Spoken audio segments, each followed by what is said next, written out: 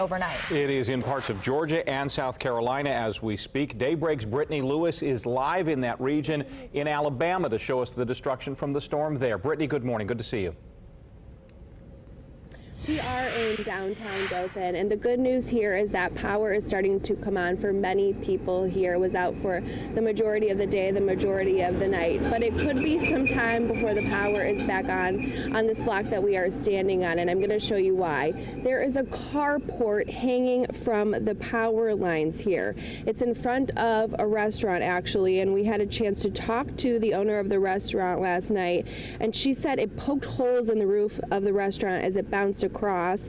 She said she came out to simply say, whose carport is that and how did it get here? That all happened around 4 o'clock during the height of the storm here. During that time, we were in a town called Madrid, about 3 miles from the border of Florida and about 70 miles from the Gulf. We were told the wind gusts during that time were about 70 miles per hour with sustained winds about 55 miles per hour.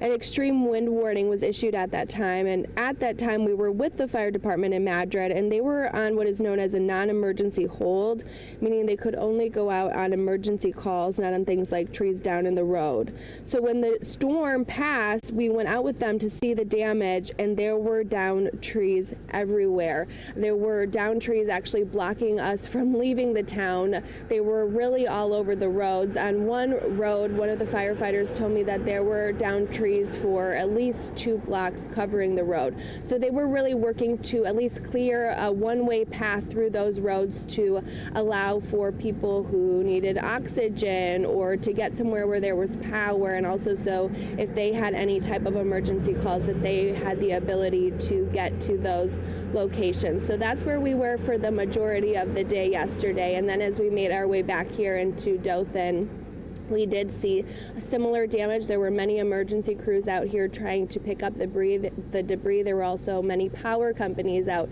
trying to restore the power, because at one point in time in this town specifically, there were about 17,000 people without power. Our power at our hotel was out until about 1 o'clock this morning, so we know that they are working here really hard to restore the power here. Our focus today for coverage will be on the cleanup, because there is a lot of it to do. Hurricane Michael certainly left behind a mess here, and so we'll be bringing you guys a ton of that coverage, but for now we'll send it back to you. Okay, Brittany, glad to see you are safe down there and looking forward to your further coverage. Hundreds of thousands of